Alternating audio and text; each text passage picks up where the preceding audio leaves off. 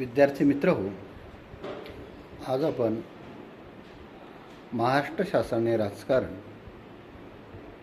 यामधील स्थानिक स्वराज्य संस्थांचा अभ्यास करणार आहोत. या स्थानिक स्वराज्य संस्थेमध्ये ग्रामीण भागासाठी जिल्हा परिषद, पंचायत समिती आणि ग्राम पातळीवरती ग्रामपंचायत अशा स्वरूपाची स्थानिक स्वराज्य शासनाची रचना त्या ठिकाणी करण्यात आलेली आपल्याला दिसून येते.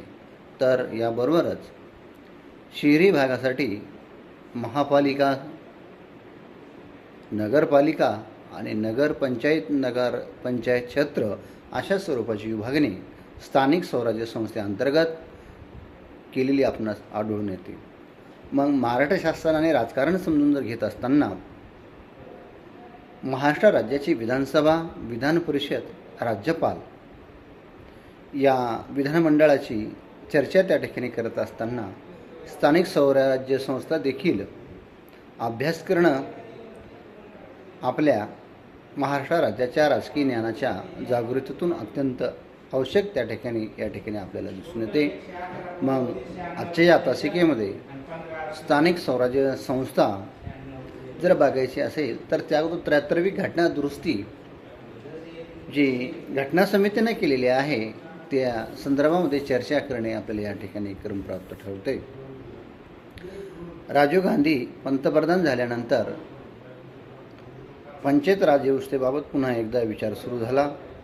त्यानुसार पंचायत राज व्यवस्थेत आमूलाग्र बदल सुचविणारे 64वे घटना दुरुस्ती विधेयक लोकसभेत मंजूर करण्यात त्या काळामध्ये आले होते. परंतु राज्यसभेत बहुमत नसल्याने हे विधेयक फेटाळण्यात आले. त्यानंतर मात्र 1952ला PV नरसिंहराव पंतप्रधान झाल्यानंतर सर्वच राजकीय पक्षांनी विचारविनिमय करून 22 डिसेंबर 1992 रोजी पंचायत संस्थांना संवैधानिक दर्जा प्राप्त देण्यासाठी 73वी घटना दुरुस्ती मंजूर त्या ठिकाणी करण्यात आलेली आपल्याला दिसून येते. पंचायत राज हा विषय राज्यसूचित असल्याने राज्य विधिमंडळाने ही दुरुस्ती मान्य केली. या घटना दुरुस्तीनुसार सर्व राज्यांनी 1996 पर्यंत पंचायत राज्य विधेयक संमत करणे आवश्यक होते. महाराष्ट्र शासनाने देखील जिल्हा परिषद आणि पंचायत समिती कायदा हा 1961 मध्ये या अनुषंगाने मंजूर केलेला होता. मग यामध्ये 1994ला देखील म्हणजे 92-93च्या घटनेनंतर 94ला या ठिकाणी आमूलाग्र बदल त्या ठिकाणी केला. या घटना दुरुस्तीद्वारे सुचविण्यात आलेल्या काही शिफारसी 1992 सालीच महाराष्ट्राने स्वीकारलेल्या होत्या. जिल्हा नियोजन आणि विकासाचे अधिकार, महिलांसाठी 30% राखीव जागा, जिल्हा परिषद अध्यक्षाला राज्यमंत्र्याचा दर्जा या त्या शिफारसी होत्या. जिल्हा ग्रामीण विकास संस्था जिल्हा परिषदेत विलीन करण्याची सूचना, आमदार खासदारांना जिल्हा परिषद, पंचायत समितीचे प्रसिद्ध सदस्य देण्याची सूचना फेटाळण्यात आलेली आपल्याला त्या ठिकाणी दिसून येते. मग अनेक दृष्टिकोनातून जर विचार केला आपण स्थानिक स्वराज्य संस्थेच्या, तर 73वी घटना दुरुस्ती हा एक स्थानिक स्वराज्य संस्थेच्या विकासातील एक मैलाचा दगड त्या ठिकाणी मानला जातो. कारण 1961ला महाराष्ट्र शासनाने स्थानिक स्वराज्य संस्था संदर्भामध्ये कायदा त्या ठिकाणी केलेला होता. परंतु यामध्ये आमूलाग्र बदल करणं ही काळाची गरज त्या ठिकाणी निर्माण झाली होती. कारण 1952ला जो सार्वत्रिक विकासाचा कार्यक्रम शासनाने हाती घेतलेला होता, मग या सार्वत्रिक विकासामध्ये या ठिकाणी अपयश त्या ठिकाणी खूप मोठ्या प्रमाणामध्ये आलेलं आपल्याला दिसून येतं. स्थानिक पातळीवर जनतेचा सहभाग राजकारणामध्ये, अर्थकारणामध्ये, समाजकारणामध्ये वाढला पाहिजेच या दृष्टिकोनातून लोकशाही विकेंद्रीकरणावर भर देण्यासाठीच 1992 साली स्थानिक स्वराज्य संस्थेमध्ये बदल करण्यासाठी 73वी घटना दुरुस्ती 1992-93ला त्या ठिकाणी करण्यात आलेली आहे. मग यामध्ये अनेक बदल स्थानिक स्वराज्य संस्थेच्या विकासासाठी केले गेलेले आपल्याला दिसून येते. मग यामध्ये बदल पाहत असताना त्यामध्ये सर्वप्रथम 33% आरक्षण महिलांनी या पंचायत स्थानिक स्वराज्य संस्थेमध्ये असायला हवं. असा त्या ठिकाणी सूर त्या ठिकाणी जुळून आलेला आपल्याला त्या ठिकाणी दिसून येतो. याबरोबरच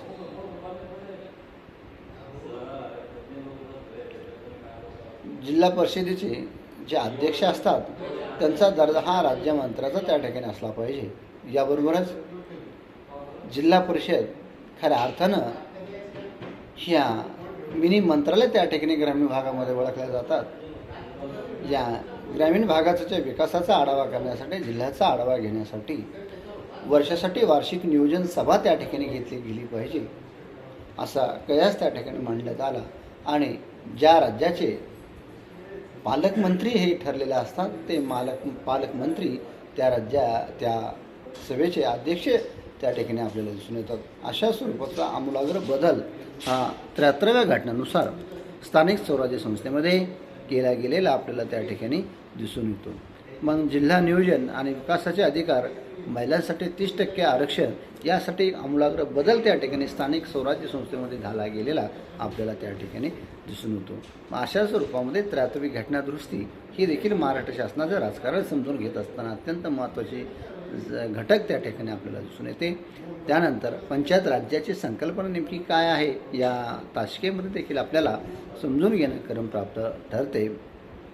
तर विद्यार्थी मित्र हो, प्राचीन काळात ग्रामपंचायती स्वयंपूर्ण आणि स्वायत्त होत्या, म्हणजेच पंचायत राज्य त्या काळामध्ये होते. तशाच प्रकारचे पंचायत राज्य पुन्हा निर्माण करण्यासाठी श्री बलवंतराव मेहता समितीच्या शिफारशीमधून लोकशाहीच्या विकेंद्रीकरणासाठी पंचायती राज्याचा उगम त्या ठिकाणी झाला गेलेला आपल्याला दिसून येतो. देशाचा सर्वांगीण विकास करायचा असेल तर 80% लोकसंख्या ज्या ग्रामीण भागामध्ये वास्तव्य करते त्या ग्रामीण समाजाचा सर्वप्रथम विकास झाला पाहिजे. या दृष्टिकोनातून स्वातंत्र्यानंतर कल्याणकारी राज्य निर्माण करण्यासाठी ग्रामीण विकासाच्या अनेक योजना सुरू करण्यात आलेल्या आपल्याला दिसून येतात. यामध्ये 2 ऑक्टोबर 1952 रोजी समाज विकास योजना सुरू करण्यात आली. त्यामध्ये जनतेच्या सहकार्याला अग्रक्रम देण्यात आला, परंतु सुरुवातीला जनतेकडून अपेक्षित सहकार्य मिळाले नाही.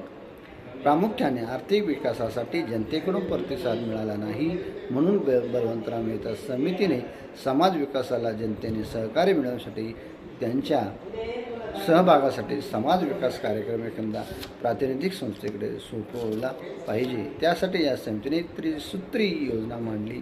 जिल्हा पातळीवरती जिल्हा परिषद, तालुका पातळीवरील पंचायत समिती आणि गाव पातळीवरील ग्रामपंचायत असावी अशा स्वरूपाचा लोकशाही विकेंद्रीकरणाचा कार्यक्रम त्या ठिकाणी मांडलेला आपल्याला या पंचायत समितीच्या राज्याच्या पंचायत राज संकल्पनेमध्ये आपल्याला अंतर्भूत त्या ठिकाणी आपल्याला दिसून येतो.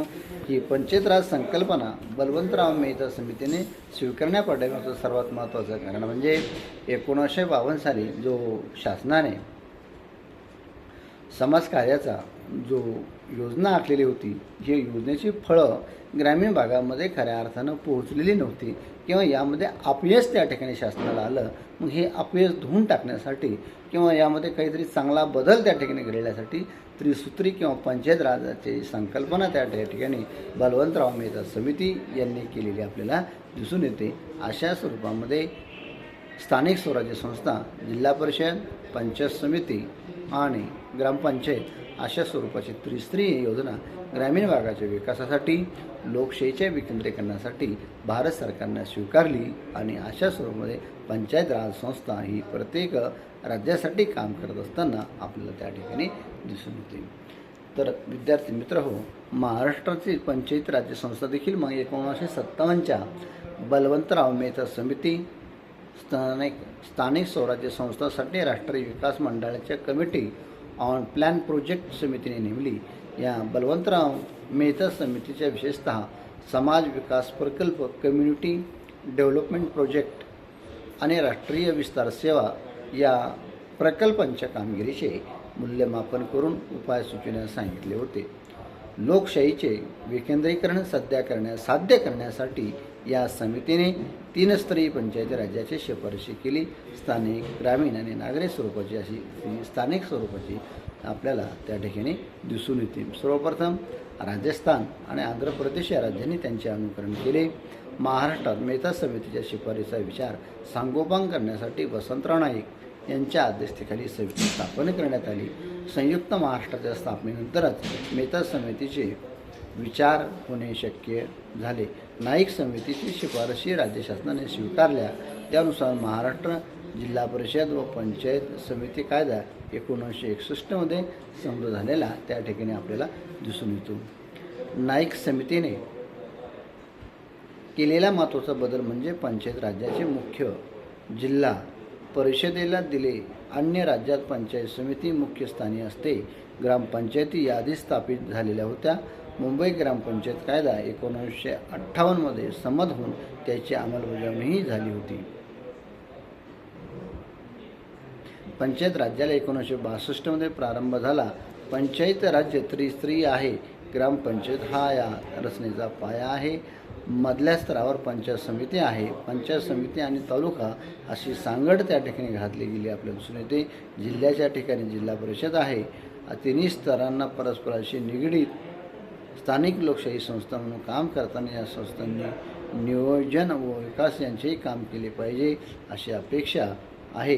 निरनिराळ्या राज्यात पंचायती राज्याची रचना निराळी आहे. काही ठिकाणी पंचायत समिती अधिक शक्तिशाली बनवली आहे, तर महाराष्ट्रात सर्व अधिकार जिल्हा परिषदेकडे एकवटलेले आपल्याला त्या ठिकाणी दिसून येतात. महाराष्ट्रातील पंचायत राज व्यवस्था ही काही दृष्टीने अन्य राज्यापेक्षा भिन्न आहे. महाराष्ट्राच्या व्यवस्थेत सर्वात महत्त्वाचे स्थान जिल्हा परिषदेला आहे. पंचायत समिती ही केवळ कार्यवाहक आहे.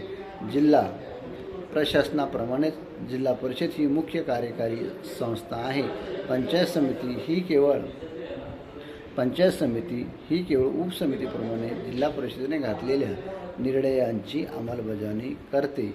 जिल्ह्यातील विधिमंडळ सदस्य व संसद सदस्य यांना पंचायत राज्यातून पूर्णपणे वगळलेले आपल्याला त्या ठिकाणी दिसून येतात. अशा स्वरूपाचे पंचायत समितीमध्ये जिल्हा परिषद, पंचायत समिती आणि ग्रामपंचायत या त्रिस्तरीय रचनेची माहिती या ठिकाणी आपण बघितलेली आहे. तत्पूर्वी आजच्या या तासिकेला आपण या ठिकाणी पूर्णविराम देऊन राहिलेल्या घटकांची आपण नंतरच्या तासिकेमध्ये चर्चा करणारच आहोत. तर आजच्या या तासिकेला वेळावेळी आपण या ठिकाणी थांबू. सर्वांचे मनपूर्वक आभार व धन्यवाद.